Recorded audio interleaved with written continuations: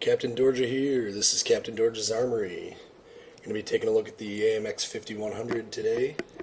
This is a Tier 8 French tank featuring the French Autoloader system, which gives this tank some unique aspects on playstyle and its role in the battlefield. Now we're going to take a look at a couple of different things about the 5100 before we get moving, and the first one is this gun, 100mm SA-47. This gun's pretty powerful. The rate of fire doesn't mean that much because it's an autoloader, but it has quite good penetration with 232mm, reasonable average damage, 300 damage per shot. Accuracy's not that great, 0.36. It's alright, but it's not awesome. And a 3-second aiming time, which is pretty terrible. Now, the reason why I say that the 3-second aiming time is pretty terrible is because you can reload individual shells in the clip in less than 3 seconds, but to ensure that they hit, you need to spend the entire 3-second aiming time actually aiming your gun, especially if you're firing at a target where you need to hit weak spots to penetrate, or if it's at any sort of range. So you have to expose yourself. If you want to fire 2 shots, you have to expose yourself for a minimum of 6 seconds, and in reality it's more like 10. Maybe not 10, but more like 8, because you expose yourself, you fine aim, wait the 3 seconds, fire, wait the 3 seconds, fire. And that takes, about 8 seconds have gone by. And the amount of things that can shoot at you, like fire back at you in 8 seconds, or to even fire back at you twice in 8 seconds, is actually pretty high. And this tank is not resilient at all. It only has 1400 health, and it only has 90mm armor on its front. And even with the sloping and angling, that 90mm armor is, you're driving a Ford Escort with a gun. You're not going to take hits in this. The average damage of 300, it would be pretty good for it's a little less than a T-32 or a Tiger II, but it's not as much as a Soviet tank. So that's kind of in the middle right there. This tank has a 6-shot autoloader, so you can do potentially 1800 damage in a full clip. But what I've found is that 1800 damage clip, you have to count on, if you fire the entire clip, you have to count on 3 shots doing nothing. If you go for a target that you need the full clip to kill, you're probably going to end up dying. Now you can see here that I have a enhanced gun laying drive, a vertical stabilizer, and improved ventilation on my tank. The reason for that is the 3-second aiming time is the biggest problem with this tank. So the gun laying drive, or the vertical stabilizer and the gun laying drive, help you get the aiming time down. The improved ventilation helps you with reloading your clip, which takes 48 seconds. That's a very long reload time on the clip. That's the other main problem with the AMX 5100, is managing your reloads so that you can be effective. I'm getting better at it, but I'm not all the way there yet. The ventilation also helps with aiming time, it helps with gun accuracy, it helps with driver, all that. For crew skills, I have snapshot and smooth ride on my gunner and my driver, again, to help with the aiming time. I have repair on my radio operator, just because the ability to have a little bit to get my tracks back up faster is really important on this. And my commander is learning jack of all trades, because every crew member in this tank except the gunner is also a loader. So if you lose a crew member, you lose a loader and your reload time skyrockets. So those are my crew skill setup and my equipment setup. You'll notice I only carry armor piercing rounds. I'm never going to be in a situation where I'm going to be reloading my clip for HE. It'll take 48 seconds, and then it's just not worth it. Just use AP, and premium rounds are too expensive. So I don't carry any premium at all. Right, now that's enough talk in the garage. We're gonna take a look at two replays this time. So this video is actually gonna be pretty long. But the first replay is gonna showcase the 5100 when I get into a situation where I don't really want to be there, but our team basically wasn't no one was going to do that job, so somebody had to. And even though I was ill-suited to do it, I was a somebody. And if nobody did it, it was an auto lose. And there was a chance that I might have been able to pull something out and either prolong the inevitable or get the win. So in the first video, I go off to do something that I didn't want to do anyway, because it doesn't suit the way you have to play this tank. And the second video is the 5100 more in its element, able to do what it needs to do. So let's get a look at the replays now, and we'll take a look at the first one right here. All right, so here we are in the first match, and it's an encounter battle on Himmelsdorf. I have said many times in other videos that I enjoy encounter battles because they tend to be a good fight, and I like fighting on city maps. So Encounter Himmelsdorf is one of my more favorite modes. The big thing with Encounter Himmelsdorf is you need to take the hill.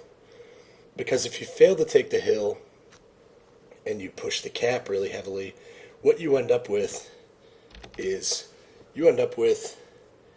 a small group of people in a tight clump getting attacked from here and from here by the force that takes the hill. Now that is what we like to call an envelopment. It's one of the most basic tactical maneuvers that you should always try to do to your enemy and avoid letting happen to you at all cost. But no one ever said people in World of Tanks have any understanding of that type of thing, or that they even care about it. So in this match, what happens is my team is not really concerned with the hill, and I have to go up onto it. Normally I like going up onto it, but with the 5100 it's not ideal because the hill is a pitched battle. It's a close quarters pitched battle that generally lasts for a long time. So what I'm going to do is I'm going to go up into the fight, I'm going to shoot my clip, and then I'm going to spend 48 seconds trying to hide and reload in a very close range knife fight. And if my allies get overrun in 30 seconds, then it just leaves me vulnerable where I can't even shoot back for 18 seconds and I'll die. You'll see that I'm platooned up with a clanmate. I just joined a new clan called Jaguars, and I'm platooned up with Kroon. He's in at Carnarvon, British Tier 8 Heavy. Our team also has a Tiger 2, a Jag Tiger 88. We have quite a few people that would have been good to go up the hill. Basically all our Tier 8s, the T25/2s, the Comet, the Type 59, all of those guys would have been good on the hill. Probably not the Churchill 1 or Churchill 6 because it's so slow. The fact of the matter is, though, as you see our deployment, not a lot of us come up the hill. So I'm in TeamSpeak with Kroon, and we're discussing this, trying to decide where we even want to go. And I'm saying to Kroon, I don't want to go up the hill. I want to go into the town, because in the town I know there'll only be usually 4 or 5 enemy tanks, and I can find an isolated enemy, and I can attack him, dump my clip into him, and then run away. And either leave him dead or on very low health. So that's what I would like to do. But that's not what I get to do. Now, Kroon's going to go up to the hill in his Carnarvon, even though he doesn't have the engine upgrade, and so he's really slow. Now right here, what I'm doing is I'm watching our deployment, and I'm seeing not enough coming hill. So even though I don't want to do it, I'm swinging around to go hill. We have 3 Tier 8 heavies, a pair of Tier 8 mediums, a Tier 7 TD, a Tier 6 heavy, and a Tier 6 medium up here.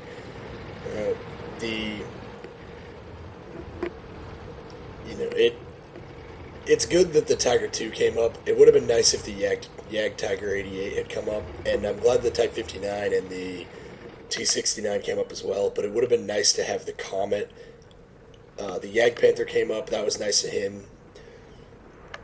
Basically, most of the people that we needed up here came up here, except for really two. And you'll see that does have an impact here in just a few minutes, because look what the enemy's got coming up here. They've got their Indian Panzer, T-29, SC-100, Super Pershing, Tiger 2. They're going to have their Jag Tiger 88 up here. I believe the Jag Panther 2 also comes up here. Tiger 2 comes up here. The ACMLE 1946 comes up here. So it's very heavy on the hill. And what I'm doing is dangerous. I'm poking around to try and shoot at the lower plate of the Super Pershing where I can pen. And you can see I put a good hit into him there. And I pulled back behind the T-69. I put another good hit in there. But I've just taken my first 300 damage almost.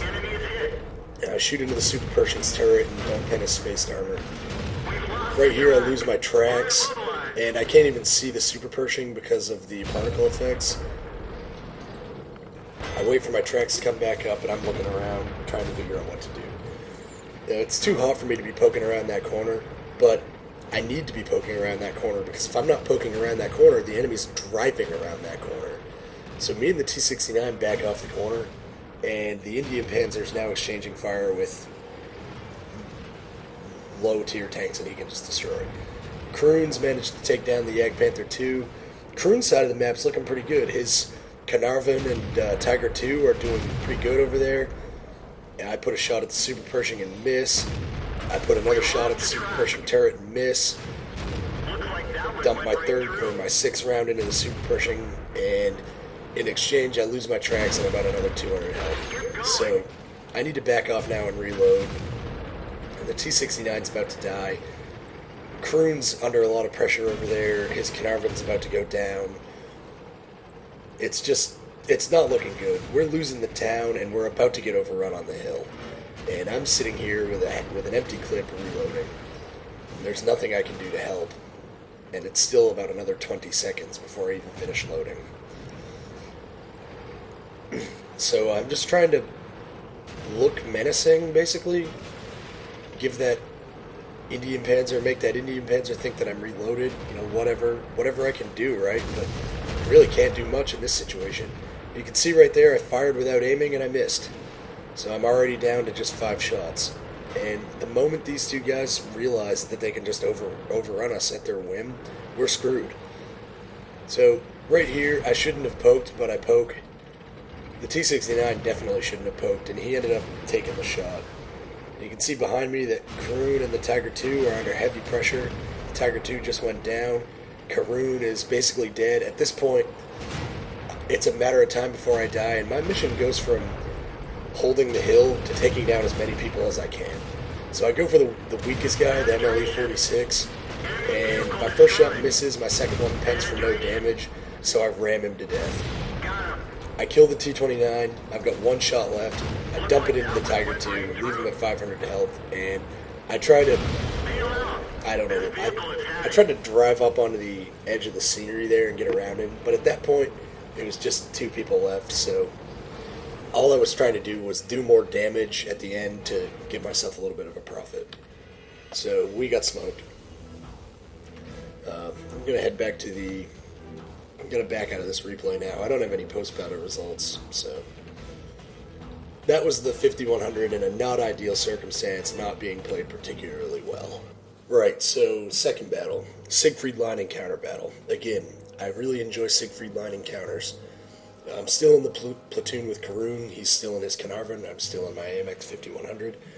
And you can see that the matchmaker here isn't quite as friendly. It's a tier 10 match, but it's kind of a weird matchmaker. There's just 2 tier 10s, 1 tier 9, and then all mostly tier 8s, a couple of scout tanks and arty. Same thing on both sides. We have a T-110E5 heavy tank, they have an IS-4 heavy tank. We have a T-110E4 tank destroyer, they have a T-62 Alpha medium tank. And we have an IS-8 medium tank, and they have a T-54 medium tank. So our tier 9, tier 10s are matched up pretty evenly. Our tier 8s are matched up pretty evenly. We've got similar composition of scouts and arty. So it's really even matchup. It's just kind of a funky one. So immediately, what I'm going to do here, I apologize for the weird zooming that I do when I'm driving around. I don't know why I do it. Anyway, what I'm thinking here, I'm not going to go into the areas of the map where the heavy combat usually happens. I'm not going to go to E and F 6, 7 area, like this area in here. I'm going to avoid this area. I want to come around over to here, where it's more of a skirmish, more of a medium tank battle, and I want to use my 5100's agility and burst damage capability to find a lone target and assassinate him. The AMX 5100 plays kind of like an assassin. It's sort of the typical attribute of the French Autoloader tanks. You find a guy all by yourself, you find a guy who's all by himself, rather, and you roll up, hit him with an incredibly high damage burst, and then run away, preferably leaving him dead. So, I'm kind of taking a look around here. I'm letting the T-71 go first. Now, Karoon is going to come over here and back me up, but his Carnarvon doesn't have the engine upgrade, so it's quite slow. Now, that's a good idea with a French heavy tank, or a French tank at all, really, is to have some sort of imminent backup, so that while you're reloading, the backup can come in and, draw some of the heat from you and keep putting the damage down. Maybe finish off what you damaged, or maybe you finish off what they've damaged.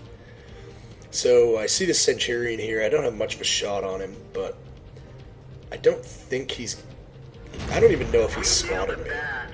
I take my chance. I put a shell into him, do 327 damage, and he backs off, and I back off. I don't want to get into a corner sniping fight with a Centurion. He's got the DPM advantage. He doesn't have the autoloader disadvantage. He's got a more accurate gun than I do. What I want to be doing is I want to be moving and I want to be flanking. Now I saw on the map that the Centurion has gone over by the T-62A. So I start moving up. Now I see the Tiger II and I sort of panic and I drive into these fences. And what I'm doing, once I compose myself again, is I'm actually using the fences for cover. They'll eat shots from the Tiger II and give me partial cover. So I'm hiding in these fences and I start unloading my clip on the Tiger II. I just put 3 hits into him, and I did about 930 damage. I was actually pretty fortunate that all of those penetrated, because I was firing at that Tiger II's upper plate and turret, and even with 230 pen, that's still pretty well armored. The turret armor on the Tiger II is about 180, so if there's any angling at all, it's not that unusual to bounce. The upper plate is 150, and it's very sloped, and so if the Tiger II is angled, it's still quite possible to bounce.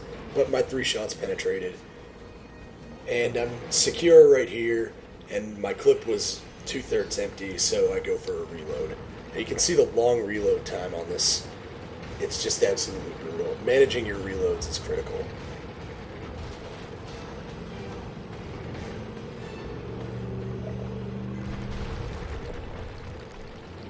So I'm thinking there's not really much left on that flank for me to engage. That Tiger II is backed way off.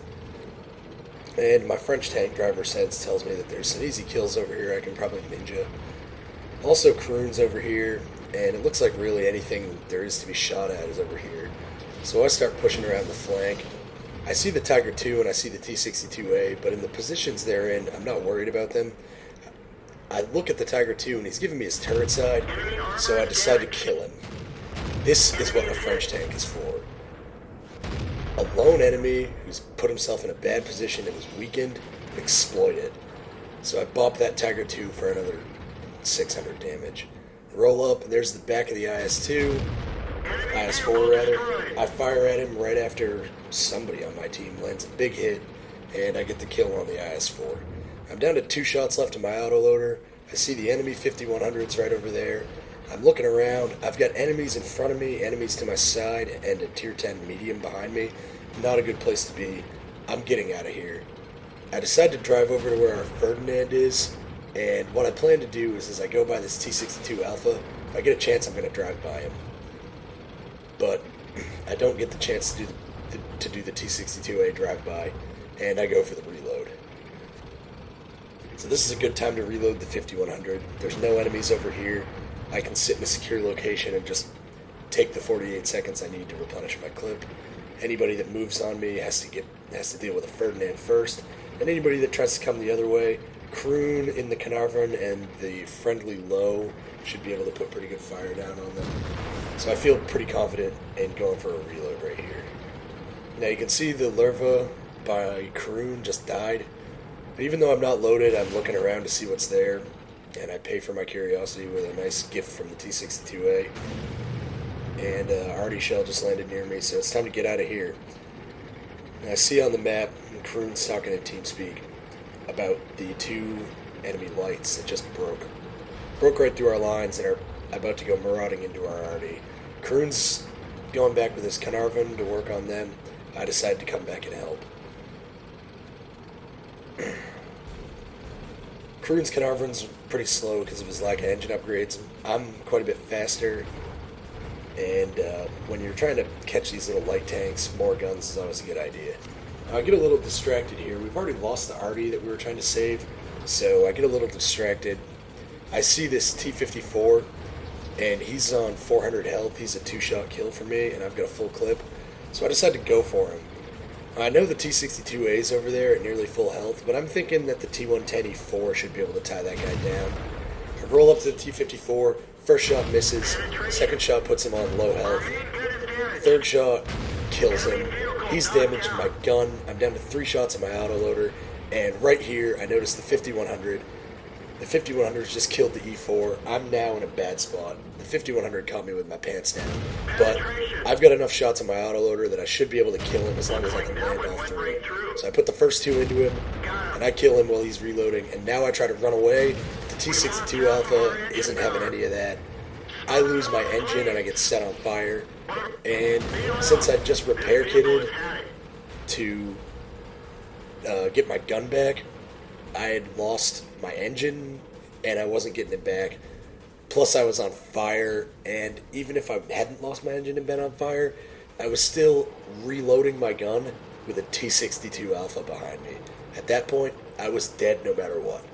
So you can see I kind of congratulate the T-62A there in chat and say, ha ha ha, you know, I did my duty, I went down swinging. And I did pretty well. I dealt 3,000 damage, which isn't too bad.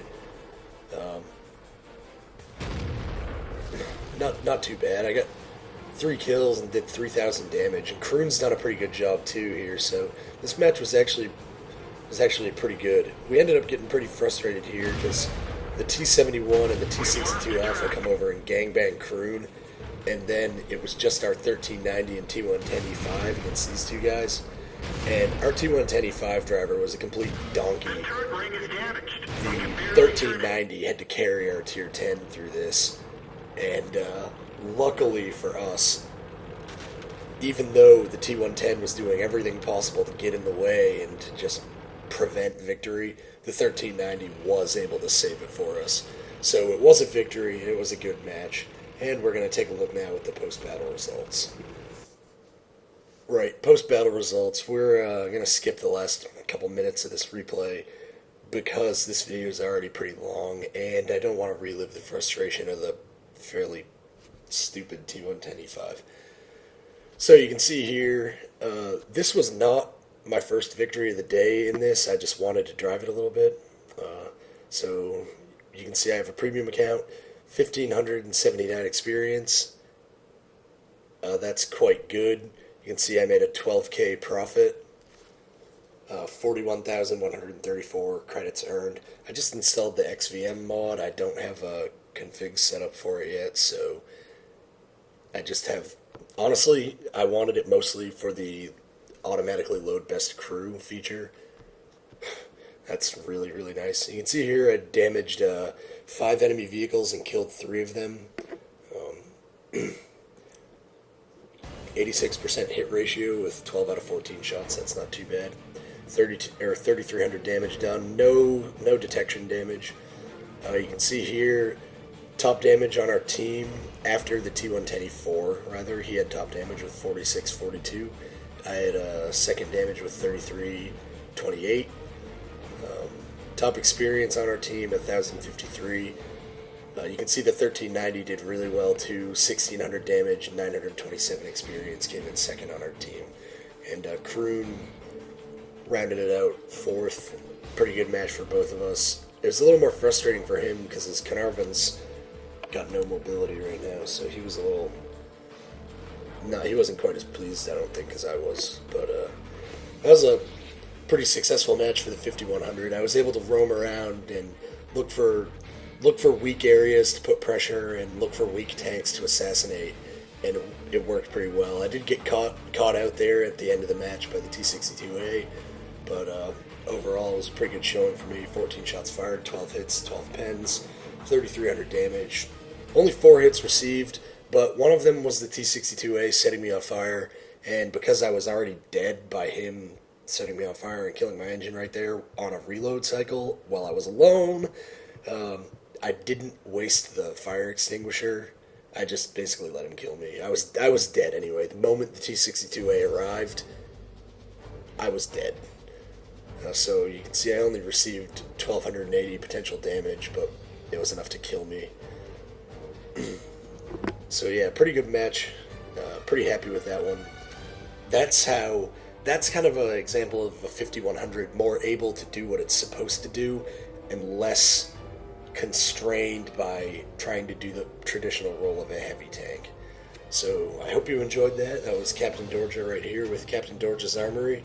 And I think the next video I'm going to do is probably going to be either Object 704 or TOG, because it is always TOG o'clock. So just remember, Captain Dorja, Captain Dorja's Armory, you can never have enough big guns.